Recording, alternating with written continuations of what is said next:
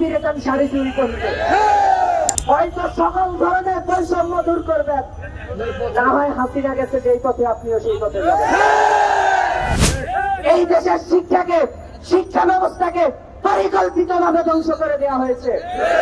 গত 50 বছরে আপনারা দেখেন যে যারা শিক্ষা মন্ত্রণালয়ে কাজ করে, যারা এই দেশের শিক্ষা ব্যবস্থাকে পরিচালনা করে, সচিবালয়ের একজন আমলার, কেরানি পর্যায়ের একজন আমলার ছেলে মেয়েও এই দেশে শিক্ষা নেয় না, তারা বিদেশে শিক্ষা নেয়। বলে এই দেশের শিক্ষা ব্যবস্থার প্রতি তাদের ন্যূনতম দায় দরদ নাই। আরেকটা দাবি উঠে দরকার, সরকারি কোন আমলার ছেলে মেয়ে যাতে বাইরে পড়াশোনা করতে না পারে, তারা অসুস্থ হলে বিদেশ চলে যায়, তাদের ছেলে মেয়েরা এই দেশের শিক্ষা ব্যবস্থায় শিক্ষা নেয় না। বলে আপনারা জাহান্নামে গেল তাদের কিছু যায় আসে না। একটা দাবি আমরা তুলতে চাই, আশা করি যে আপনারা এখান থেকে একাত্মতা হবেন। আপনাদের ছেলে মেয়েরা এই দেশে পড়াশোনা করে না, তাদের ছেলে মেয়েরা এই দেশে পড়াশোনা করলে কি ক্ষতি হয়? কারণ তারা জানে এই দেশের শিক্ষা ব্যবস্থায় শিক্ষা নিয়ে বড়জোর কেরানি হইতে পারবে। তাদের ছেলে মেয়েরা বিদেশে পড়াশোনা করে, এই দেশে এসে আমাদের ঘাড়ের উপরে বসে রাষ্ট্র পরিচালনা করে। এই যুগ শেষ। আপনারা দাবি করতে হবে কোন আমলা ছেলে মেয়ে কোন প্রাইভেট ইউনিভার্সিটিতে পড়তে পারবে না, ইংলিশ মিডিয়ামে পড়তে পারবে না, বিদেশে শিক্ষা নিতে পারবে না, চিকিৎসা নিতে পারবে না। আজকে দুঃখের সাথে বলতে হয়, এই দেশে সর্বোচ্চ ক্ষমতায় থাকার পরেও তাদের চিকিৎসার জন্য আন্দোলন করতে হয় যে বিদেশে চিকিৎসা নিতে হবে।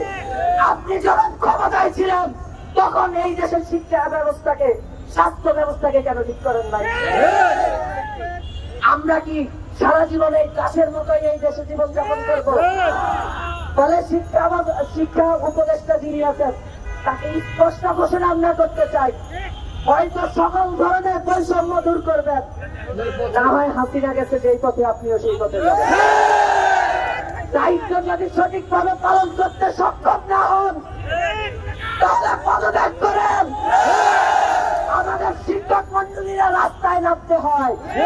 আপনার ন্যূনতম লজ্জাবোধ থাকলে আজকে এখানে এসে তাদের কাছে ক্ষমা চান।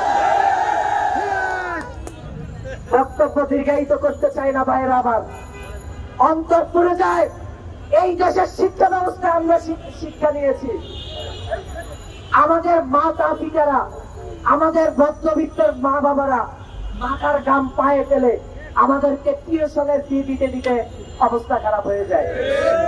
এই দেশের শিক্ষা ব্যবস্থাকে এত ব্যয়বহুল করা হয়েছে, আমার হাজার হাজার লক্ষ লক্ষ ভাইয়েরা ঝরে পড়ে যায়, শিক্ষার ব্যয় বহন করতে পারে না। এই বৈষম্য আর চলতে দেওয়া যায় না। আপনারা মাঠে আছেন, রাষ্ট্র সংস্কার আন্দোলন, রাষ্ট্র সংস্কার ছাত্র আন্দোলন আপনাদের সাথে আছে।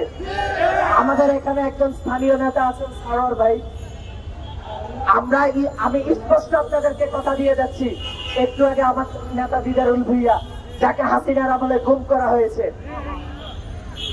আমাকে নানা ধরনের মামলা দেওয়া হয়েছে, হয়রানি করা হয়েছে, আমরা এগুলোকে ভয় পাই না। মনে রাখবেন, হয়তো বৈষম্য দূর করবেন, আর না হয় আমাদের চাপ করে যদি আপনারা কোন জনবান্ধব সিদ্ধান্ত না দিতে পারেন রাস্তায় নামেন আমাদের সাথে, আর না হয় পদত্যাগ করে ঘরে ফিরে যান শাড়ি চুরি করতে। কোন বৈষম্য আমরা মেনে নিব না।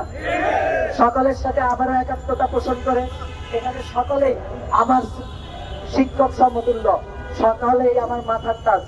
আপনাদের সাথে সামনে বেশি কথা বলতে চাই না, এতটুকুই বলতে চাই, সর্বশেষ কথাটি, রাষ্ট্র সংস্কার আন্দোলন আপনাদের ন্যায্য দাবির সাথে আছে, আপনাদের সাথে একাত্মতা পোষণ করছি। আসসালামু আলাইকুম।